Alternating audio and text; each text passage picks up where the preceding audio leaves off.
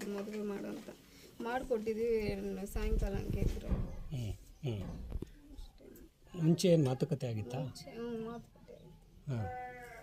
ಅಷ್ಟು ಅಂದರೆ ನವೀನು ನನಗೆ 5 ಗಂಟೆಗೆ ಹುಡುಗಿ ಬಂದಿಲ್ಲ ಅಂದರೆ ನಾನು ಸೆತ್ತೋಗ್ತೀನಿ ಅಂತ ಇದು ಮಾಡಿದ್ರು. ಅದಕ್ಕೆ ಇವ್ರು ಕಳ್ಕೊಂಡು ಹೋಗಿ ಮದುವೆ ಮಾಡಿಕೊಟ್ಬಿಟ್ರು. ಹಾಂ. ಮದುವೆ ಆದಮೇಲೆ ಏನಕ್ಕೆ ಗಲಾಟೆ ಆಗಿದ್ದು? ಗಲಾಟೆ ಏನೂ ಇಲ್ಲ ಅಂತ ಚೆನ್ನಾಗಿದ್ರಂತೆ ಅವರು.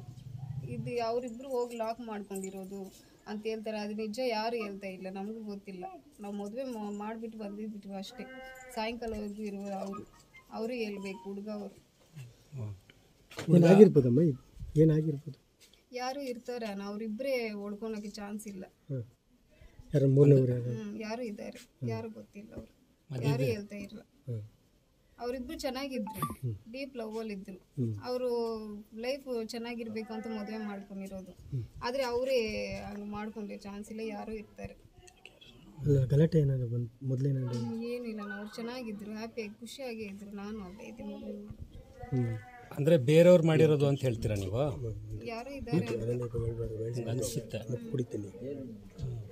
ಯಾರು ಇದ್ದಾರೆ ನಮ್ಮೂರವ್ರು, ಯಾರು ಇದ್ದಾರೆ. ಅವ್ರವ್ರು ಯಾರು ಇರೋದು. ನಾನು ಚಾನ್ಸ್ ಕೊಡ್ತೇನೆ ಅಲ್ಲ, ನಮ್ಮ ಮನೆಗೆ ಯಾರನ್ನ ಬರೋದು. ಅವ್ರು ಚಾನ್ಸ್ ಕೊಟ್ಟಿದ್ದಾರೆ ಅಷ್ಟೇ. ಯಾರು ಅಂತ ಗೊತ್ತಾಗ್ತಾ ಇಲ್ಲ. ಅಂದರೆ ಯಾರೋ ಬೇರೆಯವರು ಹೊಡ್ತಿರ್ಬೋದು ಅಂತ ನಿಮ್ಗೆ ಡೌಟಾ? ಹೌದು. ಅವರು ಅಷ್ಟು ಖುಷಿಯಲ್ಲಿ ಮದುವೆ ಮಾಡಿಕೊಂಡು ಅವ್ರಿಗೆ ಕೊಲೆ ಮಾಡ್ಕೊಂಡು ಅವಸರ ಏನಿಲ್ಲ. ಇಲ್ಲ, ಯಾರು ಇದ್ದಾರೆ. ಮಾತಾಡ್ತಾರೆ ಇವಾಗ.